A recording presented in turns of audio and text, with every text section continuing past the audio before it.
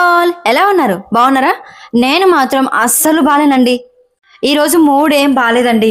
ఏం కర్రీ చేద్దామని చెప్పి వెజిటబుల్ షాప్కి వెళ్తే అక్కడేమో రేట్లు ఘోరాది ఘోరంగా ఉన్నాయి.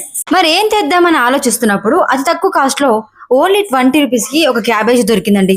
పోనీలే ఏదో ఒకటి తక్కువ రేట్లో దొరికింది కదా, దీంతో సర్దుకుందామని ఇంటికి తెచ్చి చూస్తే తీరా కట్ చేసే ముందు నా మైండ్ మాత్రం పూర్తిగా బ్లాక్ అయిపోయిందండి.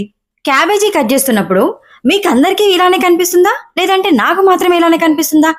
క్యాబేజీ కట్ చేస్తున్నప్పుడు పొరలు పొరలుగా వాటంతట అవే విడిపోయి వస్తున్నాయి.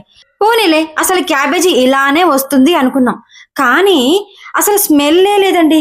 ఎలా ఉందంటే నాకు డౌట్తో నేను ½ దీన్ని వేడి నీళ్ళలో వేసి ఉడకబెట్టాను. అది ఎలా ఉందంటే సాగుతుంది. ఎలాగంటే ఒక రబ్బర్ సాగినట్టుగా సాగుతుంది. ఒకసారి చూడండి, మీరే, నేను చూపిస్తాను.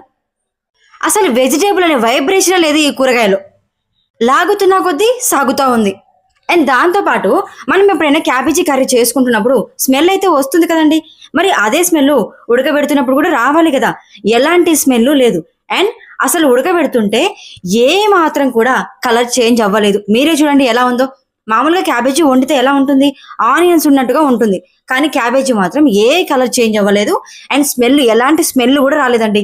లాగుతా ఉంటే రబ్బర్ సాగినట్టుగా సాగుతుంది. దీనికోసం అని చెప్పి 1 అవర్ టైం వేస్ట్ చేసుకున్నాను. ఓ పక్క పాపకి లంచ్ టైం అవుతుంది, ఈ కూరగాయ చూస్తేనేమో ఇలా ఉంది. మళ్ళీ వెజిటబుల్ షాప్కి వెళ్ళాలి, మళ్ళీ కొత్త కూరగాయలు తెచ్చి వండాలి. ఏం చేస్తామండి, తప్పదు కదా. నాకు వచ్చిన ఈ అనుమానం నిజమా కాదా నాకైతే తెలియదు, కానీ నాకెందుకో ఇది మాత్రం చాలా డౌట్గా అనిపించింది. ఎందుకైనా మంచిది మీరు కూడా ఇలాంటి వెజిటబుల్స్ కొనేటప్పుడు ఒకసారి 1కి 2 సార్లు ఆలోచించి తీసుకోవడం చాలా మంచిది.